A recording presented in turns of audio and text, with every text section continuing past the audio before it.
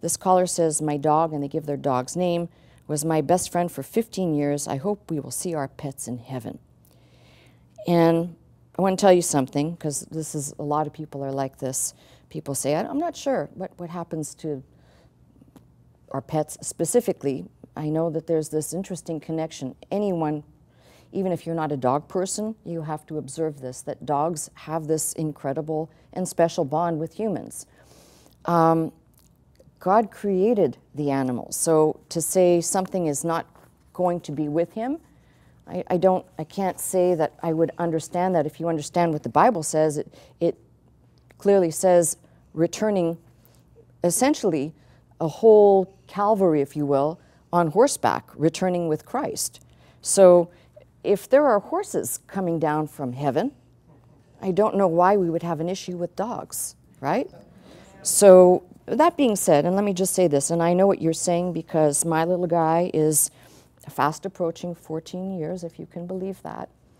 He's completely white-faced and potentially is facing some health issues. He is, I think in people years, he's got to be close to 80. So I'm actually going to find out tomorrow if he is sick or he's just faking it. But I know what you mean when you say best friend, and I certainly hear what you're saying.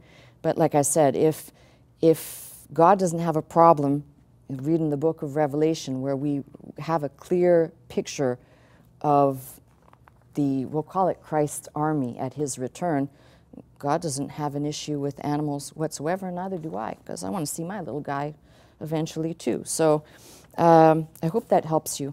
I know it's kind of one of those terrible things. You get a pet, and they're small, they're cute, they're cuddly, and they just get old too quickly. It's just too fast. So just stay focused, and I think that God knows our hearts and where we've set our affections specifically on him, but all the things that we love here, and certainly the things that have equally been a help to us. I can say Newman, you know, when I first got him, I think that he was a distraction for me while I was kind of sorting out ministry. I mean, everything that kind of revolves around me taking the pastorate has everything to do with Dr. Scott's passing, his sickness, his passing.